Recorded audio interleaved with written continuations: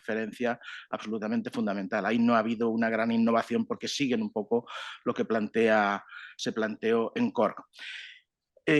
También es muy interesante el trabajo que viene haciendo desde hace muchos años el Comité de las Regiones en Europa.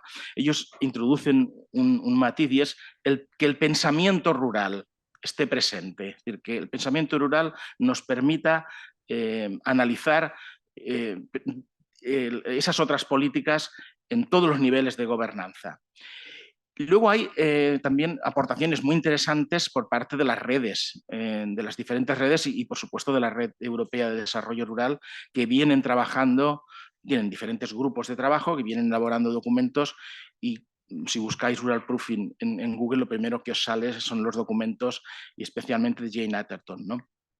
Entonces, ellos añaden otro elemento más, que yo creo que es interesante, dicen que todo ese proceso de revisión sistemática, etcétera, etcétera, debe adaptarse y debe permitir analizar las circunstancias o necesidades particulares en las áreas rurales. Hace unos años, el entonces comisario de Agricultura y Desarrollo Rural también dijo algo muy interesante respecto de esto. Él ya venía de Cork, irlandés también. Entonces, él dice que se trata algo más que simplemente ver el impacto y las implicaciones de las políticas, y entonces introduce algo que es muy interesante, y es el papel de las comunidades rurales, ¿no?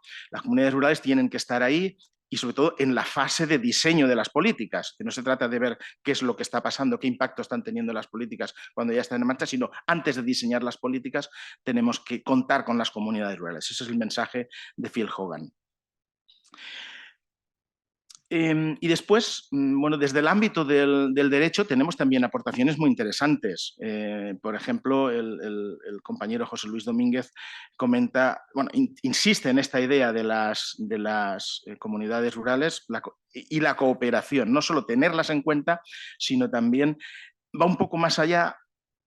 Hay una corriente que habla de esto y es que esto nos tiene que permitir en realidad hacer desarrollo rural. Fijaos, él está hablando de cooperación, mejorar y garantizar la cooperación de las comunidades rurales. Eso es lo que siempre se ha defendido en el desarrollo rural, digamos, con enfoque territorial, aunque él está hablando de cooperación de las comunidades con las administraciones, es decir, cooperación multinivel. Es también una aportación interesante. Y en este contexto llegamos a lo que ayer Santiago Martín mencionó y que es la referencia para muchos, digamos, cuando se disparó un poco el interés, y es la Ley 27/2022, cuando nos dice en un pequeño articulito este texto, dice la incorporación de la evaluación de los efectos territoriales sobre el medio y la sociedad rural de las políticas públicas. Bueno, pues esta es la referencia que tenemos desde el punto de vista normativo a efectos de lo que después viene a ser el mecanismo rural de garantía. Bueno, después lo veremos con un poquito más de detalle. Vamos a... Bueno, resumiendo un poco lo que estas definiciones, estos conceptos que se han ido añadiendo, hay algunos que están muy claros. Hablamos de impactos, hablamos de atender las necesidades, que nos permita ver cuáles son las necesidades particulares y enfocar esas otras políticas que no son de desarrollo rural a esas necesidades rurales. Incorporar a las comunidades rurales al diseño de esas otras políticas y de aplicar el propio mecanismo rural de garantía. La cooperación favorecer, aquí no hablamos de tener en cuenta, sino de favorecer las comunidades rurales con las administraciones públicas, la cooperación multinivel, el mecanismo rural de garantía como instrumento de cooperación y también como instrumento de cooperación y de coordinación entre las diferentes políticas que pueden tener como un objetivo principal o secundario el objetivo de la dinamización en áreas rurales. En definitiva, el mensaje que nos están trasladando es que el mecanismo rural de garantía nos permite ir más allá de la evaluación. No es solo un ejercicio tecnocrático de evaluación, sino que nos permite o nos debe de permitir pensar en rural a la hora especialmente de diseñar y de aplicar políticas públicas y, pues, por supuesto, de evaluarlas, ¿no? Bien. Dicho esto, vamos a hacer un pequeño repaso de algunas experiencias internacionales.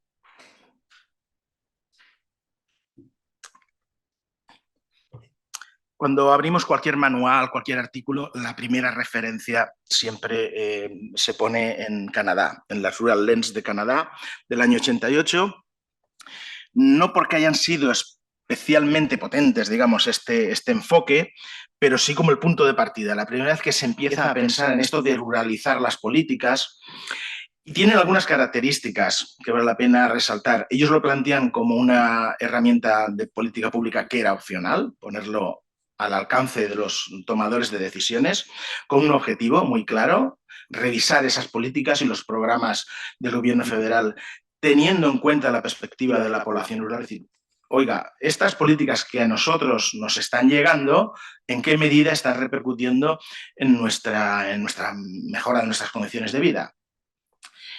Lo que se pretendía también con el programa de Rural Lens fue que los diferentes departamentos del gobierno pudiesen aplicar este tipo de enfoque, y para ello se prepara una guía metodológica derivada del Ministerio o la Secretaría Rural. Y luego hay un elemento que va a aparecer hasta hoy, que es el enfoque, digamos, desde el punto de vista metodológico, que es la checklist o la lista de control, es lo que se viene utilizando. Y ahora volveremos sobre esa cuestión. Bueno, el programa Rural Lens, como mínimo, tuvo dos elementos de éxito. En primer lugar, permitió detectar necesidades de financiación de infraestructuras públicas, y eso se llevó a cabo. Eso fue un éxito. Otra de las deficiencias que se detectaron en esos análisis era que las políticas de salud no se adaptaban suficientemente bien a las particularidades rurales, y entonces se creó un departamento específico de salud rural. Eso fue un gran éxito por parte del Rural Lens. Pero también tenía y tuvo una serie de dificultades y desafíos que no se pudieron resolver suficientemente y que lo llevó a su casi desaparición en 2013. Primero, era un programa y un enfoque opcional, es decir, estaba en manos del gobierno, de cada uno de los departamentos ministeriales, aprovecharlo, utilizarlo para el análisis de las políticas que estaban aplicando o no. Después se aplicaba muy tarde, es decir, cuando se empezaba a diseñar la política y se empezaba a aplicar y casi a mitad de la aplicación, o en las fases ya de aplicación, es cuando se empezaba a tener información de qué efectos estaba teniendo o podía tener eso en la población rural, con lo cual las posibilidades de introducir ajustes se reducían de manera muy significativa. Eh, Cuando un departamento ponía en marcha el programa, no tenía ninguna obligatoriedad de informar ni siquiera al departamento que estaba promoviendo, al departamento que se encargaba de los asuntos rurales, con lo cual ahí hubieron déficits también de información y no se pudieron introducir demasiadas mejoras. Y en definitiva parecía que había una especie de enfoque sectorial, porque la responsabilidad recaía casi exclusivamente, y fueron los pocos que tiraron adelante con el programa, el propio Departamento de Agricultura. Un Departamento de Agricultura que no tenía la autoridad de trasladarle al resto de departamentos que introdujesen una perspectiva rural en sus políticas y programas. Y entonces lo que muy bien decían, dice, la política del ente rural sin autoridad es un mero trámite. Pues efectivamente así era, ¿no? No tuvieron tampoco los recursos necesarios para hacer este tipo de análisis, y mucho menos para introducir ajustes y cambios en la aplicación de las políticas. Y bueno, esto llevó al cese formal, al menos en el año 2013, aunque bueno, se crearon unidades de perspectiva rural en diferentes departamentos, y eso también fue uno de los éxitos. Después, ahora están haciendo algunas cosas, pero no le denominan ni Rural Proofing ni Rural Lens. Están buscando complementariedades entre diferentes estrategias, pero bueno, lo que aprendemos de la experiencia canadiense es que ellos tenían claro que esto tenía que ser ir más allá de un puro ejercicio tecnocrático de evaluación, y que al menos había que escuchar y facilitar el protagonismo de las comunidades rurales. Tenemos, bueno, se menciona muchísimo también la experiencia británica, no, perdón, inglesa, porque cada una, Escocia tiene su experiencia, Irlanda del Norte tiene su experiencia, Gales bastante menos. En Inglaterra ha sido muy importante. Empezaron en el año 2000, institucionalizan Rural Proofing y ellos hablan que es el método de validación de políticas públicas en zonas rurales, y esto es muy importante. Trasladan esas responsabilidades a las diferentes escalas administrativas, hace un enfoque multinivel, lo cual es muy interesante en principio también. Les dan responsabilidades a las agencias de desarrollo regional, a las autoridades locales, a los propios consejos comunitarios, pero también, por otro lado, lo que es el propio ejercicio de validación se centraliza en el Departamento de Medio Ambiente y Alimentación, del DEFRA, el Departamento de Asuntos Rurales, y la responsabilidad de aplicación está también en cada uno de los departamentos al margen del DEFRA, es decir, si medio ambiente, si salud, si carreteras quieren validar esas políticas, lo hacen, y si no, no lo hacen. Obviamente trabajan también con el mismo enfoque desde el punto de vista metodológico con la checklist, pero hay unos elementos de éxito que no podemos dejar de lado, como esa institucionalización desde el gobierno, financiación potente que ha continuado con altibajos, y luego había un compromiso de hacer unos informes anuales de seguimiento que no se ha cumplido. Ahora, en el año 2020 creo que se publicó el último, pero aún así, cuando se han hecho esos informes de seguimiento son muy interesantes. Cualquiera que tenga interés en esto debe de bucear en estos documentos. Obviamente tiene déficits también y elementos de enseñanza para nosotros. Se introdujo relativamente poco en el proceso de formulación de políticas. El resto de departamentos del gobierno no hicieron un esfuerzo muy destacado. Ocurrió algo parecido como en Canadá, cuando se ha aplicado este enfoque, cuando se ha llevado a cabo esta validación, ha empezado y los ha cogido ya casi a traspiés, las políticas estaban ya en marcha, y eso no ha permitido o ha impedido introducir ajustes, que es lo interesante. En ese intento de dar protagonismo a todos los actores, digamos, en las diferentes escalas, pues al final hubo una especie de confusión de quién tenía que hacer qué. Y eso pues no lo han resuelto hasta prácticamente el final. Ha faltado capacitación. Para hacer este tipo de cosas que son nuevas, hace falta capacitación, sobre todo cuando en un departamento diferente a asuntos rurales, vivienda, carreteras, etcétera, dices que hagan un análisis de qué impacto tiene eso en la población rural o en las áreas rurales, y esa capacitación pues, ha limitado también una aplicación más efectiva de este proceso de validación. Y luego han cometido un error, y es no diferenciar suficientemente o no atender a la diversidad rural. Es decir, han tenido un modelo y lo han aplicado de manera casi mimética a lo que ellos diferenciaban como zonas no urbanas. Entonces, eso es otro aprendizaje que tenemos que tener en cuenta. Han corregido el enfoque y están haciendo cosas interesantes, y bueno, en los últimos años han publicado este otro informe y a partir de ahí, bueno, están en ello. Es decir, es una experiencia que vale la pena seguir, ¿no? Vale. Escocia también tiene una cosa muy interesante. Bueno, los modelos británicos son parecidos, pero el modelo escocés se diferencia por su ambición. Es un modelo más ambicioso. El famoso mainstreaming, el rural mainstreaming, bueno, si os acordáis, los que ya tenemos una edad o los que tenéis una dedicación a las cuestiones rurales, aquí cuando se introdujo Proder hablábamos del mainstreaming, ¿no? Como la ruralización de políticas y tal. Bueno, pues de aquel mainstreaming no nos acordamos ya casi. Bueno, en todo caso, Escocia se tomó muy en serio esta ruralización, también quieren ir más allá de la validación, son conscientes de que esto es un enfoque que debe ser transversal para las necesidades del mundo rural en todas las políticas públicas. Crean una serie de instrumentos muy interesantes, el Scottish Rural Parliament, el National Council for Rural Affairs, un equipo técnico potente, que es un equipo, digamos, de consulta y que hace propuestas al gobierno escocés. Bueno, ellos lo que pretenden es, con todo esto, que las cuestiones rurales se tengan en cuenta en el resto de políticas públicas y programas, y que se aborde de forma sistemática, la sistematización de este tipo de análisis. Bueno, esto tienen avances y resultados positivos muy interesantes. Están haciendo un esfuerzo en ese trabajo de empoderar a las comunidades rurales remotas.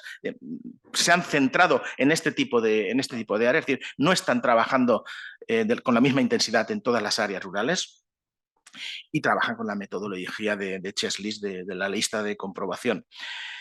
Y bueno, tienen cosas muy interesantes. También es un modelo a seguir, y la desventaja, podríamos decir, es que elaboran documentos muy interesantes, pero los trasladan al gobierno escocés, que es el que tiene la prerrogativa de adoptar o no adoptar. Entonces, digamos, no hay obligación ni compromiso de introducir esos análisis, que son muy buenos. Y sí que, y a diferencia de Inglaterra, sí que introdujeron la idea de la diversidad rural. Y eso es muy, muy interesante. Y precisamente por eso focalizan sus estudios y sus análisis en esas áreas remotas. Vale. Tenemos otro modelo al que mucha gente se refiere, es el finlandés. En Finlandia también han hecho muchas cosas interesantes. Ellos tenían un objetivo, y era el de la no discriminación de los residentes rurales frente a los residentes urbanos. Crearon un grupo de trabajo interministerial muy consolidado, muy potente, con mucha capacitación. Pero es un grupo de trabajo en políticas públicas con óptica rural. Es decir, estamos hablando de una diversidad de políticas públicas con óptica rural. Esto ya es un valor añadido muy importante. Crean una dirección y hay una coordinación a nivel nacional, elaboran una guía de evaluación muy interesante también del impacto de la legislación y de las políticas públicas en áreas rurales, que lo distribuyen a los diferentes departamentos, a las regiones, a las diferentes autoridades. Tienen obviamente su checklist, pero añaden también otra cosa muy interesante, y son los grupos de trabajo participativos, las encuestas a los actores locales, públicos y privados. Hacen análisis sobre geoanálisis a partir de sistemas de información geográfica, trabajan con bases de datos. Es decir, ese grupo especializado en análisis de políticas públicas con óptica rural tiene un equipo técnico muy potente que alimenta y que pone, digamos, materia gris ahí para diseñar bien estos análisis y estos programas. Tienen diferentes elementos de éxito y es muy interesante. Las autoridades regionales, por ejemplo, son las que más lo han utilizado. Han trabajado con equipos muy amplios, equipos muy profesionales a los que han dotado de estabilidad, con mucha participación de actores locales. Han adaptado esas propuestas a las necesidades locales. Han analizado una gran variedad de políticas con impacto en áreas rurales. Han introducido esa perspectiva rural en una cantidad relativamente significativa de políticas. Con todos esos procesos de participación han generado una concienciación e implicación y compromiso por parte de un gran número de actores a diferentes niveles, y les han dado protagonismo en la propia gobernanza de las políticas rurales. Suecia, en parte, bebe de este modelo, pero está introduciendo también otros cambios y otras mejoras mirando a los países anglosajones, al resto de países anglosajones, Inglaterra, etcétera. Entonces, hay muchas lecciones también que aprender del modelo finlandés. Tienen muy en cuenta la diversidad, pero no solo diversidad territorial, sino también diversidad temática, de políticas diversas que afectan a las áreas rurales, con lo cual es un avance significativo hacia un enfoque más integral. Tienen un enfoque muy participativo. Desde ese punto de vista se constituyen verdaderas incubadoras de acciones locales y regionales. De allí salen muchas ideas que luego son tomadas en consideración, etc. Y luego Irlanda. Irlanda ha ido haciendo algunas cosas, pero se ha puesto las pilas el año pasado, en realidad. Pero están trabajando muy bien, muy bien. La verdad es que es un modelo al que vale la pena. Tengo varias diapositivas sobre Irlanda, pero no las vamos a ver con detalle. pero si tenéis interés hay que mirar lo que están haciendo, porque no es un modelo que esté ya cerrado. Ellos están empezando a trabajar, están empezando a elaborar documentos y la verdad es que es muy interesante. ¿Qué es lo que ellos están planteando? Bueno, primero quieren identificar muy bien, parece una tontería, porque se supone que todos saben qué es lo que se quiere, ¿no? Pero lo que les están insistiendo, por ejemplo, cuando se hace una propuesta de política pública o de programa es, oiga, exactamente ustedes cuáles son los objetivos que tienen y objetivos desde el punto de vista territorial también. Entonces, díganos esto, porque eso no está tan claro a veces. Muchas políticas públicas y programas se definen, se enuncian de manera genérica con unos objetivos que están muy bien, pero que no atienden a las particularidades territoriales, y eso es muy importante. Ellos insisten en que eso se lo aclaren en las políticas antes de empezar. Ellos hacen una evaluación inicial de si hace falta ver el impacto previsible que van a tener esas medidas, porque igual hay políticas que no necesitan de un análisis de este tipo, con lo cual, si no detectan que esa política va a tener implicaciones significativas o diferencias, digamos, en áreas rurales, pues adelante con esa política y no entran en ello. Es decir, tienen una idea muy clara también de la economía de los recursos y de la necesidad de priorizar, ¿no? Y cuando hay obviamente implicaciones, y es una política que sí que va a afectar a las áreas rurales, desarrollan y despliegan en parte lo que hemos visto en Gran Bretaña y en Finlandia, de consulta a los actores, búsqueda de medios, etcétera. Y ahí introducen una cosa muy interesante, que a partir de... Y luego muchos están mirando hacia esto. Fijaos, cuando hablamos de las implicaciones, por un lado, lo que siempre hemos pensado, es decir, vamos a mitigar los efectos o los impactos negativos en las zonas rurales de las políticas públicas. Pero parafraseando a John Fitzgerald Kennedy cuando decía, no te preguntes qué es lo que tu país puede hacer por ti, pregúntate qué es lo que tú puedes hacer por tu país, ¿no? Algo parecido. Pues aquí lo que dicen es qué es lo que también, o sea, en este análisis de validación de políticas públicas es qué es lo que las zonas rurales pueden aportar a esas políticas públicas, ¿vale?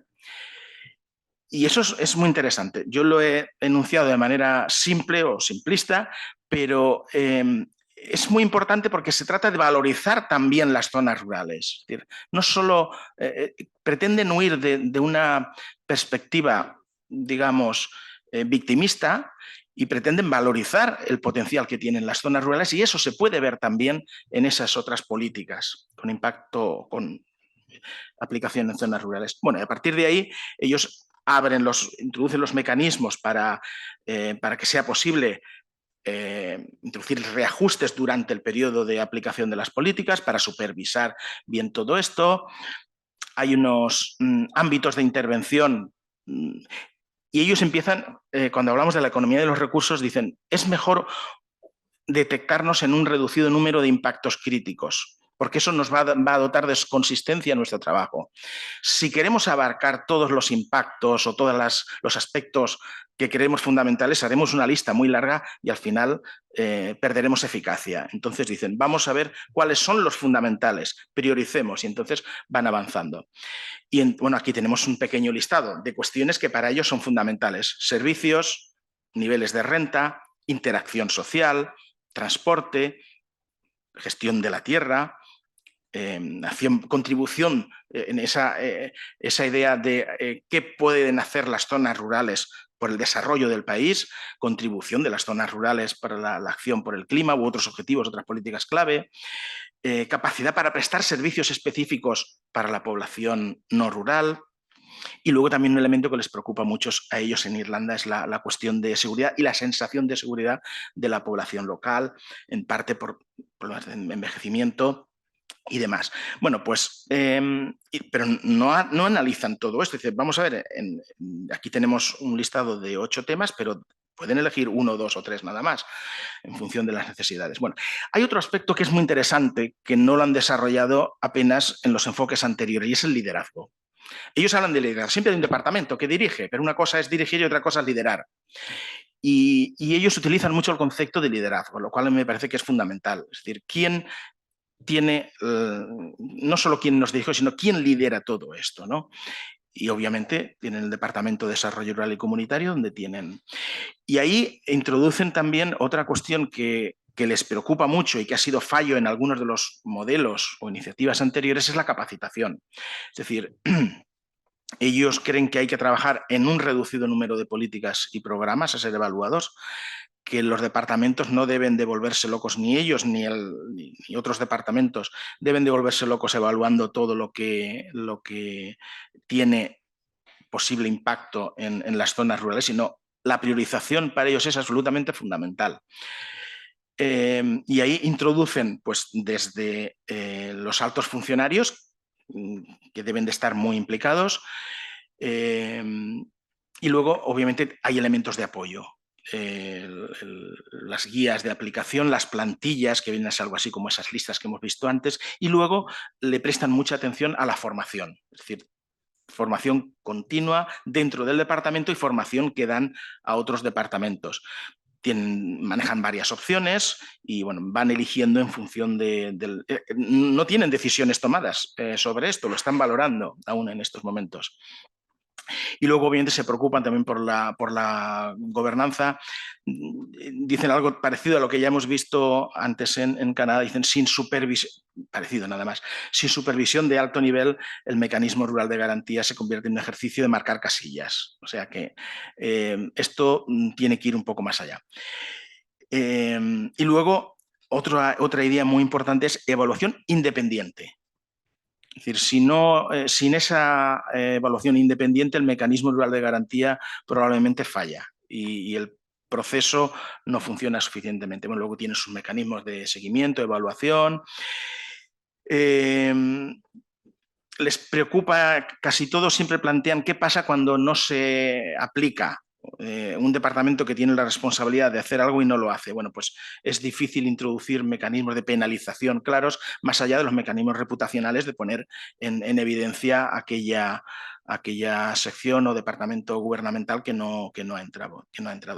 Pero un último aspecto también muy interesante es que ellos siempre juegan con este nivel consultivo de grupo de expertos también muy potente, expertos académicos, expertos profesionales, funcionarios muy preparados y muy implicados, concienciados en la cuestión, y obviamente una comisión donde participan los actores políticos que están igualmente concienciados. Sin unos sin los otros esto no funciona y allí lo tiene muy claro. También es verdad que Irlanda ofrece muchas ventajas porque es un país muy rural, o aún conserva mucho de rural. Entonces hay una concienciación en toda la clase política y en toda la clase, digamos, funcionarial respecto de todo esto. Bueno, introducen un concepto que hasta ahora no habíamos visto, que es la transparencia y rendición de cuentas, en lo que no vamos a entrar, y por supuesto tienen sus mecanismos de seguimiento y evaluación de la eficacia e impacto, con un ejercicio, digamos, muy detallado en lo que es el análisis de políticas públicas, donde miden la calidad del proceso, los resultados del proceso, impacto, etcétera, etcétera, en la calidad de vida de la población, etcétera. Bueno, vamos acercándonos ya a nuestro... donde nos tenemos que situar, que es la Unión Europea. Habíamos comentado antes que el principio de todo esto había sido Cork 2016, bueno, Cork 2.0 en el año 2016, pero no dice mucho Cork, aparentemente. Hay esos dos textos que tenéis ahí, poco más. Ellos dicen que debería existir un mecanismo rural de garantía que asegure un mayor reconocimiento del potencial del medio rural. Fijaos que lo que estábamos viendo en Irlanda bebe de aquí, es el potencial del medio rural. No estamos hablando solo de impactos negativos en... Y Cor lo que lo dice es que eso debe de reflejarse en las estrategias y en las políticas de la Unión. Y bueno, analiza toda una serie de elementos que deben estar presentes en las políticas agrarias y políticas rurales, la cuestión de la identidad y dinamismo en las zonas rurales a partir de estrategias integradas, algo que a todos nos resulta familiar del enfoque territorial del desarrollo rural, la diversificación y el espíritu empresarial, lo mismo, el poner en valor la identidad rural. Es decir, estamos hablando de desarrollo rural territorial, como veis. Pero avanzan ya un poco más. Dicen, bueno, hay que flexibilizar y orientar mejor un poco el diseño de las políticas públicas, de las otras políticas públicas. La del desarrollo rural territorial la tenemos claro, pero aquí vamos más allá. Y entonces para esto tenemos que recuperar la confianza de los actores. Aquí se hablaba el primer día, creo recordar, sobre el agotamiento que ha llevado un poco a cierta desconfianza. Obviamente, la racionalización del marco reglamentario de la política agrícola común, donde hay mucho que hacer, al menos pensando en este enfoque. Instrumentos administrativos que sean eficientes. También se ha hablado estos días varias veces sobre la dificultad de los instrumentos administrativos, y ayer también en la mesa redonda salió. Y algo que es fundamental en el marco europeo es el principio de subsidiariedad. Bueno, pues todo eso sale de aquí. Hay un mandato o una sugerencia en CORC que es, le lanzan el guante y la Comisión Europea lo recoge, y lo recoge en la visión a largo plazo, en el año 2021. Y entonces, en esta visión a largo plazo, en principio no había mucho, pero hay un trabajo creciente y cada vez más significativo respecto de lo que significa y cómo se está desarrollando esta visión a largo plazo. Y el Rural Proofing o el mecanismo rural de garantía tiene un papel protagonista ahí como sugerencia o casi como mandato, diría yo, como mandato a los diferentes países europeos para introducirlo. Bueno, ellos hablan, todo esto ha sido a partir del desarrollo del plan de acción rural que se contempla en la visión a largo plazo, etc. Aquí hablan que hace falta un propósito muy claro, que es revisar las políticas de la Unión Europea con perspectiva rural, lo que se denomina la verificación rural. Bueno, ¿y eso por qué es tan importante desde el punto de vista de la Comisión Europea? Por el carácter multidimensional que tiene el desarrollo, que es algo que ya sabíamos, por los objetivos de cohesión económica, social y territorial que se ha confirmado repetidas veces, aunque hoy venía escuchando en la radio que algún dirigente europeo dice que hay que recortar ya en cohesión social, fondos de cohesión social, para pagar otras cosas, porque no quieren pagar más algunos países. Bueno, ese es el marco, que lo sabemos. Y entonces ellos dicen, bueno, vamos a ver esas políticas públicas y programas, qué consideraciones tenemos que tener sobre ellas respecto de en las áreas rurales. Entonces dicen, hay que tener en cuenta cuáles son las perspectivas de desarrollo, qué relación tienen con el empleo y el crecimiento, qué relación tienen con el bienestar social, igualdad de oportunidades en las zonas rurales y qué relación tienen con la calidad ambiental. Bueno, al menos esos 4 aspectos deben estar presentes. Y luego nos dicen, ya van más al detalle y nos dicen que el mecanismo de verificación rural, ese Rural Proofing o mecanismo rural de garantía, en el que ya empieza a haber alguna documentación desde el año pasado, desde hace apenas meses, nos dicen, es importante evaluar ex ante la repercusión de las iniciativas. Ex ante, es decir, si las iniciativas están en marcha es muy difícil introducir ajustes. Por lo tanto, ex ante, primera cuestión. Segunda cuestión, tenemos que garantizar la coherencia y la consistencia entre las diferentes políticas que están aplicándose y que conviven en las zonas rurales. Tenemos que hacer una evaluación de impacto territorial que va más allá del mecanismo rural de garantía. Y de hecho, mi percepción, igual estoy equivocado, es que la Unión Europea es posible que tenga más interés en la evaluación de impacto territorial que en la evaluación de impacto o en el mecanismo rural de garantía, no lo sé. Pero hay mucho trabajo. También es porque había mucho trabajo previo hecho ya en evaluación de impacto territorial. Pero bueno. Insisten en que es la necesidad de mejorar la supervisión de la situación, pero también de lo que está pasando con las políticas públicas en las zonas rurales, y también en ese enfoque más de abajo arriba, cómo supervisamos la integración de las zonas rurales en las políticas europeas. No solo el efecto que tienen las políticas en las zonas rurales, sino en dirección inversa.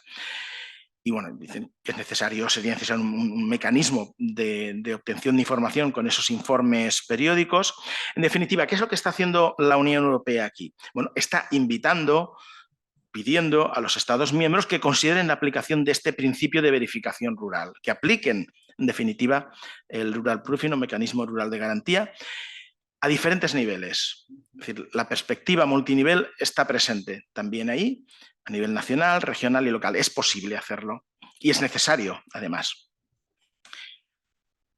Cuando he comentado la evaluación de impacto territorial, bueno, en el 2013 se empezaron a hacer cosas ya muy interesantes en la Unión Europea, al menos a producir documentación interesante sobre el impacto territorial, y han habido diferentes. Pero la cuestión es que todo lo que se está haciendo sobre impacto territorial, o buena parte, viene, la mayor implicación no es tanto de la Comisión, sino del Comité de las Regiones con dictámenes, y este es uno muy interesante. Ellos en el año 2013 dicen: entendemos por evaluación de impacto territorial instrumento para evaluar la repercusión territorial de una iniciativa o propuesta legislativa en los entes locales y regionales, teniendo en cuenta pues, sus objetivos, etcétera, etcétera. Bueno, esto es el mecanismo rural de garantía también, pero es una perspectiva más amplia. No estamos hablando ya de zonas rurales, sino impacto territorial en general. Y bueno, hay dos momentos interesantes. Bueno, en 2013 se siguieron haciendo cosas. Obviamente, aquí lo que hacía el Comité de las Regiones era recoger un poco la agenda la invitación de la agenda territorial que se aprobó, creo que en el 2011, para el 2020, y luego se ha hecho lo mismo con la del 2030. Y bueno, se está trabajando en esta cuestión, que es, digamos, paralela a lo que a nosotros nos interesa. Hace unos meses, en esta estrategia de evaluación de impacto territorial, ahora la llaman la renovada, bueno, decían, el ámbito de aplicación, pues con la oportunidad de hacer de la estrategia de impacto territorial en las zonas rurales. Entonces, introducen ya el concepto, esa parte, más que el concepto, esa otra visión complementaria de verificación en el medio rural. O sea, como una parte de la evaluación de impacto territorial. Bueno, esa es una referencia que no podemos perder de vista, ¿no? Y ellos han hecho ejercicios muy amplios, ¿no? Luego, bueno, a partir de ahí hay una cierta presión, digamos, desde la visión a largo plazo para que se empiecen a introducir elementos, cambios en el marco legislativo. Entonces hay un programa muy interesante que se le denomina Legislar Mejor, que es para todo, es decir, forma parte del programa de trabajo de la Comisión Europea, y legislar mejor es muy interesante, ¿no? O sea, el programa Legislar Mejor. Obviamente, si se legisla mejor también sería importante. Entonces, bueno, lo que están haciendo es reafirmar principios que nos parecen a priori fundamentales y básicos y que estarían asumidos, pero no. En el ámbito de las políticas públicas en Europa hay cosas que no están, si no están explicitadas, no están. Y entonces dicen, tener en cuenta de forma más efectiva necesidades y especificidades de los diferentes territorios, reforzar las evaluaciones de impacto territorial y la adaptación de las políticas a zonas rurales. Bueno, el hecho de que eso esté en el programa Legislar Mejor es muy interesante, y a partir de ahí hay mucho trabajo hecho de evaluación de impacto territorial. Y sobre todo, bueno, ESPON, como sabéis, tiene una gran producción y, de hecho, ha elaborado varias metodologías. Una de ellas, que es relativamente rápida para los que queremos o los que queráis pensar en hacer un análisis o aplicación del mecanismo rural de garantía, bueno, ahí ESPON, con este quick check, esta verificación rápida, nos pone una herramienta relativamente fácil de aplicar. Pasa que ellos la han empezado a aplicar a regiones NUC 3, pero ya, si se dispone de la información, porque también tiene una parte cuantitativa con fuentes estadísticas donde ellos miden la sensibilidad, si esa información se puede tener a escala de municipios en nuestro caso, pues sería perfecto, ¿no? Pero lo interesante es que de ahí, y que en esa evaluación de impacto territorial se ha introducido ya, en la evaluación de impacto territorial mejorada, se introduce el rural proofing. Ellos han introducido elementos para poder comparar provincias rurales entre sí, rurales y urbanas. Claro, trabajan a una escala que aquí, cuando descendemos ya al detalle, pues no nos deja de ser ya tan interesante, ¿no? Pero bueno, aún así es un mecanismo que probablemente va a mejorar en los próximos meses o años, lo van a mejorar desde ESPON, que permite una evaluación rápida, retroalimentación rápida, trabajar con múltiples escenarios, con diferentes tipologías, etcétera. Entonces, bueno, es simplemente seguirle la pista. Y ESPON también ha hecho otra cosa muy interesante, que es otra metodología en la que empezó a trabajar en el año 2012, pero que la está poniendo también a punto, la ha desarrollado, que es la EATIA, la checklist más las cadenas lógicas. Entonces, aquí la aplicación es muy amplia a todo tipo de escala.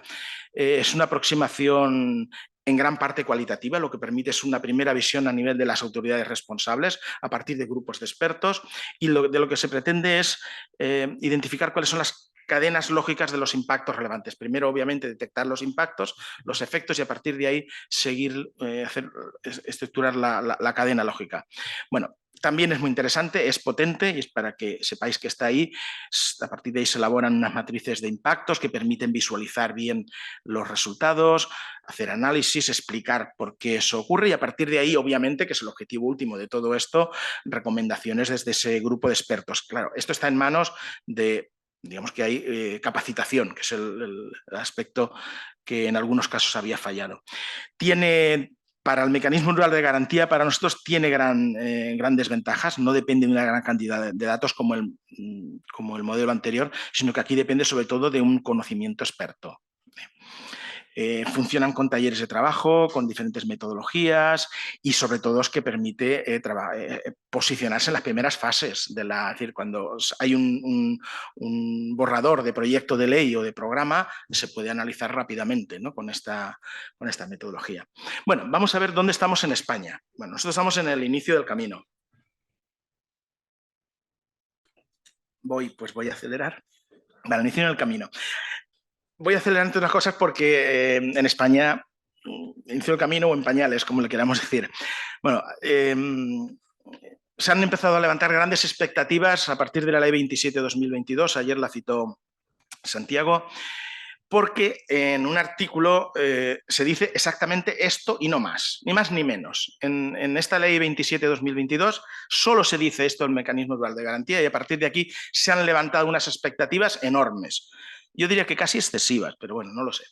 Aún me gustaría equivocarme. Entonces dice que el Gobierno impulsará este mecanismo dual de garantía y que incluirá evaluación de los efectos territoriales sobre el medio y la sociedad rural, de las políticas públicas, y que elaborará una metodología de evaluación específica siguiendo las orientaciones, herramientas, recomendaciones de la Unión Europea. Bueno, eso es lo único que tenemos sobre el rural proofing en España, a nivel desde el Gobierno central. Yo no sé si esto justifica la expectativa que ha levantado, pero bueno, igual los ruralistas nos cogemos a un clavo ardiendo, ¿no? Cuando encontramos algo que puede ser muy interesante, y esto lo es. Bueno, plantea la creación de la agencia estatal, mientras tanto se encarga el Instituto para la Evaluación de Políticas Públicas, que está en marcha y tiene ahí sus cosas. ¿Qué más tenemos en España? Bueno, pues hay alguna gente que está haciendo cositas. Bueno, tenemos algo de normativa. Solo voy a introducir dos referencias. La Ley 221 de Castilla-La Mancha, Medidas Económicas, Sociales y Tributarias frente a la Despoblación, donde ellos hablan del informe de impacto demográfico. Pero estamos hablando de mecanismo rural de garantía, obviamente.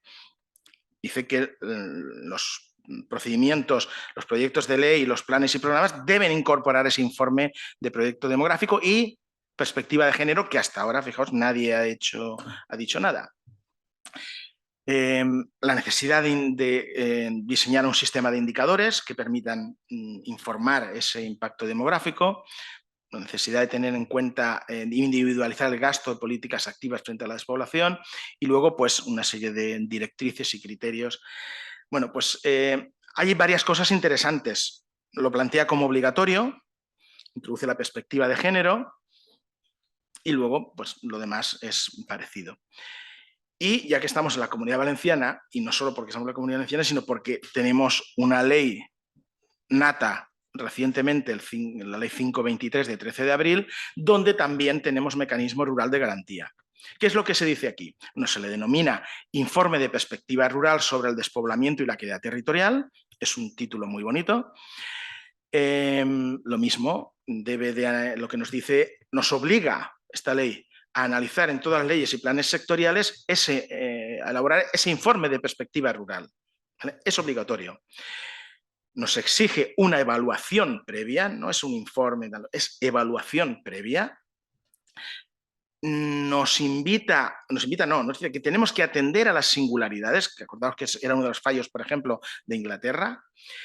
Y luego nos dice algo importante es quién va a dirigir esto, cuál es el departamento que se va a encargar de esto. Bueno, dice que habrá un centro directivo que proponga el anteproyecto, tal.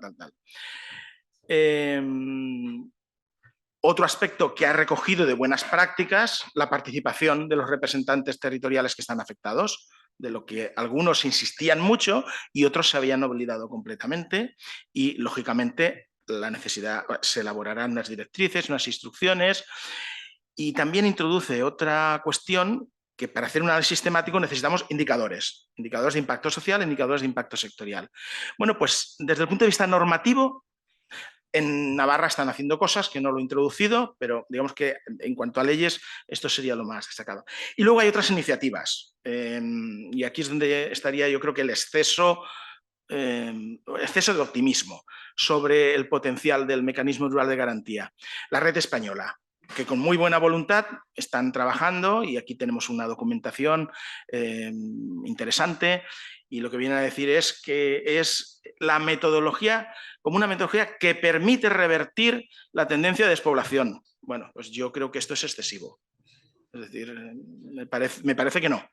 Ya me gustaría, pero me parece que no. Entonces dice que surge en un contexto como una herramienta práctica para analizar la normativa y luchar contra... Para analizar la normativa, sí. Para luchar contra la despoblación, ahí ya no lo sabemos. Si es posible, sí, pero nadie nos lo garantiza. Han hecho muchas cosas, o están haciendo cosas, se están moviendo, y bueno, pues aquí reclaman la aplicación de rural proofing, demandan un organismo independiente, proponen la creación de guías indicadores, algo que lo plantea la legislación, mecanismo consultivo paralelo con la población rural, bueno, está en la normativa, que se convierta en una herramienta de obligado cumplimiento, si está en esa normativa que hemos visto, es de obligado cumplimiento, tanto en Castilla-La Mancha como en la Comunidad Valenciana y probablemente en otras, y que se impulsen campañas de divulgación. Bueno, pues bien, ahí están. Ellos han hecho una encuesta a diferentes actores. Bueno, a mí personalmente no me acaba de convencer esto último, es una encuesta corta, pero ha permitido detectar problemáticas, y lo que plantean son propuestas para políticas públicas, no es una aportación al diseño del mecanismo rural de garantía como se dice inicialmente. Entonces, pero bueno, se están haciendo cosas, ahí está. Y luego, y hace unas 10 días, por ejemplo, eso quiere decir que es el tiempo. Acabo. Sí, sí, sí. Pero estamos acabando. Hace unos días ha salido este otro trabajito interesante donde dicen estudio comparado de nuevo mecanismo de garantía y una propuesta para Castilla y León. Bueno, pues se trabaja la checklist, la lista de comprobación en diferentes ámbitos de prestación de servicios. Es una propuesta, no hay trabajo hecho. Tenemos ahí 9 ámbitos. Acordaos que, por ejemplo, los irlandeses que llevan más recorrido y solo han estudiado mucho dicen, vamos a ver, han hecho una lista, pero vamos a trabajar en 1 o 2, ¿no? Y bueno, plantean un mecanismo de puntuación y demás. Y yo, personalmente, me planteo lo que tenemos ahí en el cuadrito rojo. Creo, a partir de la lectura, que si trabajamos con los conceptos de esta manera y hacemos encuestas, es probable que tengamos que en la mente del que responde vamos a tener definiciones de conceptos muy diversas. Entonces, nos hace falta previamente conceptos comunes, tener claros conceptos comunes de lo que estamos valorando, ¿no? Tenemos que definir cuáles son los grupos de población objetivo, los grupos de interés a los que les tenemos que preguntar esto, qué método de obtención de datos vamos a utilizar. Entonces, digamos, nos falta mucho camino por recorrer. Y ahora, una serie de principios, 2 o 3 ya para ir concluyendo. Primera idea, el mecanismo rural de garantía, que es muy importante, pero da la impresión a veces de que eso es una política pública de desarrollo rural. No lo es, ni sustituye a una política pública ni a un programa de desarrollo rural, es un complemento y nos permite apuntalarlo y nos permite mejorarlo. Y eso tenemos que tener muy claro. Tenemos que tener muy claro todos, no solo técnicos, expertos, sino también en el ámbito de los altos funcionarios y los responsables políticos, tenemos que estar convencidos de que la adaptación de las políticas públicas y de los programas es un proceso fundamental para las áreas rurales. Hablamos de las áreas rurales, pero a veces no diferenciamos de qué áreas rurales estamos hablando. Entonces, tenemos que saber y tener muy claro a qué zonas rurales, en qué zonas rurales vamos a analizar ese análisis, ese impacto, esa perspectiva rural, dónde se va a intervenir, y eso desde el principio, porque si no lo hacemos, probablemente vamos a hacer un trabajo baldío. tenemos que tener un acuerdo y un compromiso sobre cuáles son las políticas que van a adaptarse. La priorización irlandesa aquí es muy importante. Tenemos que tener muy claros cuáles son los objetivos de la adaptación en esa doble vertiente, y también esto es un aprendizaje. Por un lado, lo que siempre hemos dicho, es decir, cuáles son las desventajas que tenemos y esos impactos negativos de las políticas que tenemos ahí. Pero también cómo podemos contribuir desde las áreas rurales a mejorar los servicios ecosistémicos que ofrecemos a la población urbana, cómo podemos contribuir a la acción por el clima, etcétera. Y aquí hay algunos análisis muy interesantes. He puesto algunos colegas, no sé si Ali Shortal, por ejemplo, pues los conoceréis, habla de las falacias metodológicas trabajando con esto. Bueno, más... tenemos que tener base de conocimientos y evidencias, tenemos que tener indicadores y seguimiento. Esto no es solo un ejercicio de sentarse unos cuantos y decir, bueno, pues esto puede impactar de esta manera negativa o podemos aportar tal cosa. No, no. Ayer Santiago yo creo que él insistía muy bien, hablaba de las dificultades que tiene todo esto y necesitamos esas bases de datos, necesitamos tener claros cuáles son los indicadores, necesitamos alimentar un sistema de seguimiento para todo esto porque si no, no podemos introducir reflexiones adecuadas para reajustar esas políticas. No podemos hacer propuestas que sean válidas. Tenemos que tener la posibilidad, en las políticas tienen que estar lo suficientemente abiertas para que tengamos la posibilidad de no solo supervisarlas, sino de introducir cambios. Y para esto hace falta compromiso político. Si no existe ese compromiso político de otros responsables que vayan más allá de los que están en los departamentos de Agricultura o los responsables de desarrollo rural, si el consejero de Vivienda o el consejero de Sanidad o el consejero de Educación pasa de esto, digámoslo así, pues no hay nada que hacer, mejor quedarse en casa, ¿no? Esto hay que empezar en las primeras fases. Si nos esperamos hacer una valoración cuando la política está en marcha, pues puede ser un ejercicio académico muy interesante, pero no estamos hablando de ejercicios académicos, estamos hablando de políticas públicas y programas y de mejorar la eficacia de las políticas públicas y programas. Entonces, o empezamos al principio o no sirve.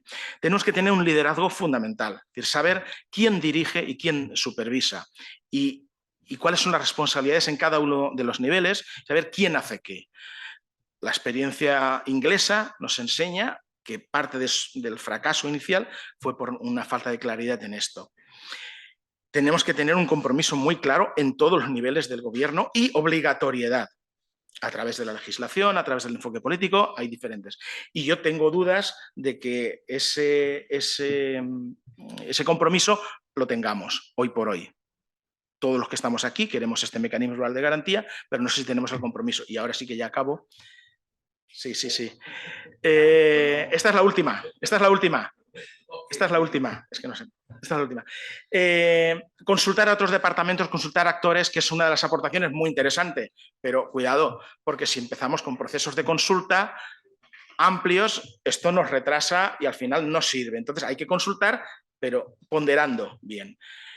Tenemos que tener capacitación suficiente en los diferentes niveles, tenemos que tener unas directrices muy claras y unas plantillas estandarizadas que le den consistencia al proceso, tenemos que tener supervisión y tenemos que tener mucha transparencia en el proceso de adaptación. La población local, sobre todo, tiene que tener muy claro, debe entender que sus problemas están recogidos suficientemente y qué se está haciendo para abordar sus problemas y qué se está haciendo para que ellos contribuyan al desarrollo. Esto lo dejamos, nos vamos al final. Hay gente que sacraliza un enfoque tecnocrático y yo creo que eso no es bueno desde arriba. Y creo que la orientación en España va por ahí, de un enfoque tecnocrático desde el Instituto o la Agencia de Evaluación de Políticas Públicas. Creo que eso no es suficiente, pero sacralizar solo la participación y el enfoque cualitativo tampoco. Yo creo que en el camino medio está la virtud. Acabo con esto, no solo porque sea la hora del café, sino porque esto es un soufflé. Y entonces mi percepción, y me gustaría equivocarme mucho, es que hoy por hoy, con el mecanismo rural de garantía, estamos ante un soufflé. Y ahí lo dejo. Muchas gracias por vuestra atención.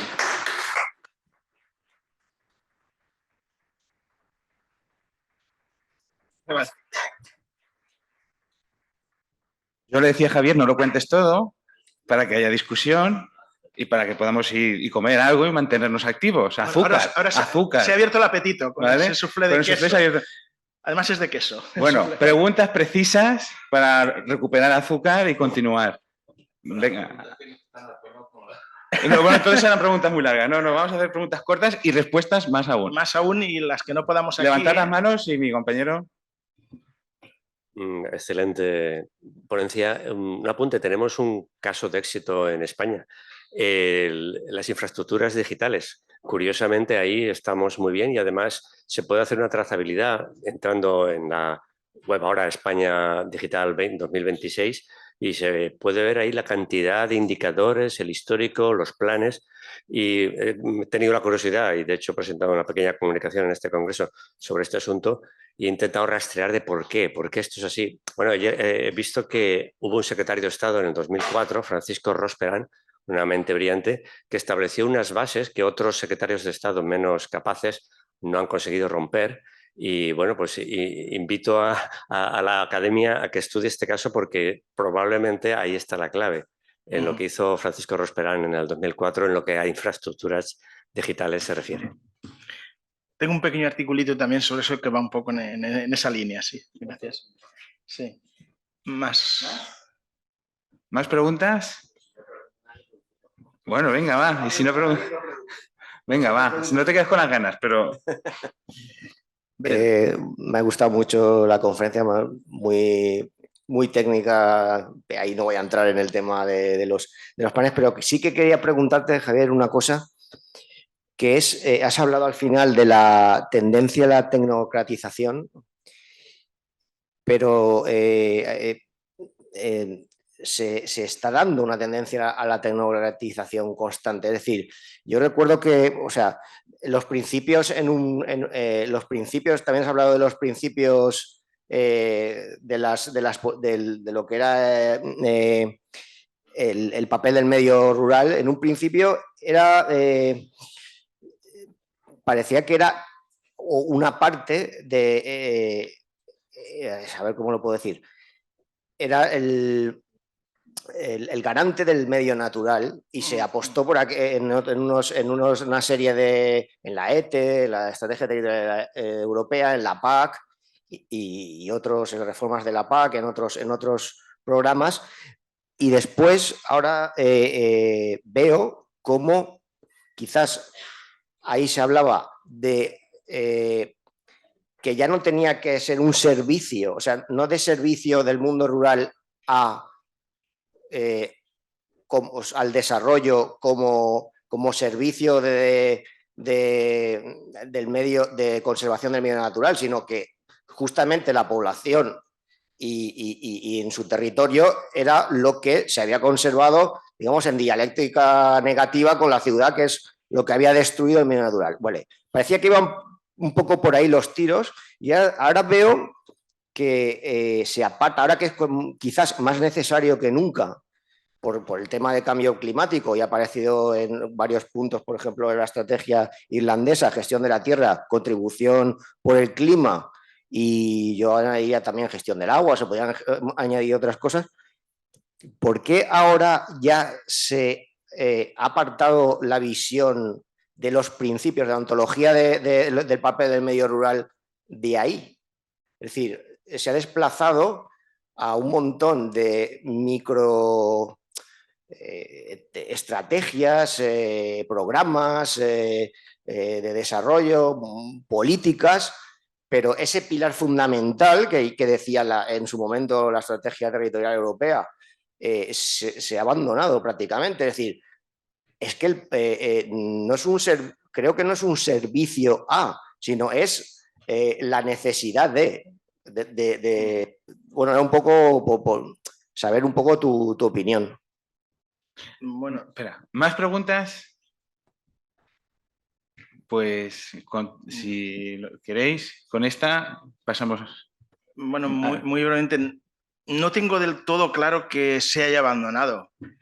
Lo que ocurre es que yo creo que hay enfoques diversos, pero precisamente por el papel tan fundamental que tienen las zonas rurales, si nos vamos, por ejemplo, a los programas de desarrollo rural, si nos vamos a los programas del FEADER, se insiste mucho en esto. Otra cosa es que igual aparece menos en los papeles, no lo sé, pero de hecho, al menos de lo que yo estaba hablando aquí es simplemente de la consideración desde la evaluación de las políticas, no que hayan más políticas o menos políticas sobre eso, que se atienda más a eso, que se atienda menos, que es en parte lo que tú estás comentando, que es lo que yo no lo tengo del todo claro, que sea así. Pero aquí sí que lo tienen, sí se tiene claro de esa contribución. Pero eso, y es una innovación, parece una tontería, pero es una innovación, porque no se había tenido en cuenta, porque siempre se ha pensado en las zonas rurales desde la perspectiva de las áreas desfavorecidas y no de las áreas que contribuyen también con todo esto que tú comentas. Pero los irlandeses y algunos otros lo empezaron a poner en valor, lo cual quiere decir que sí que está en las políticas.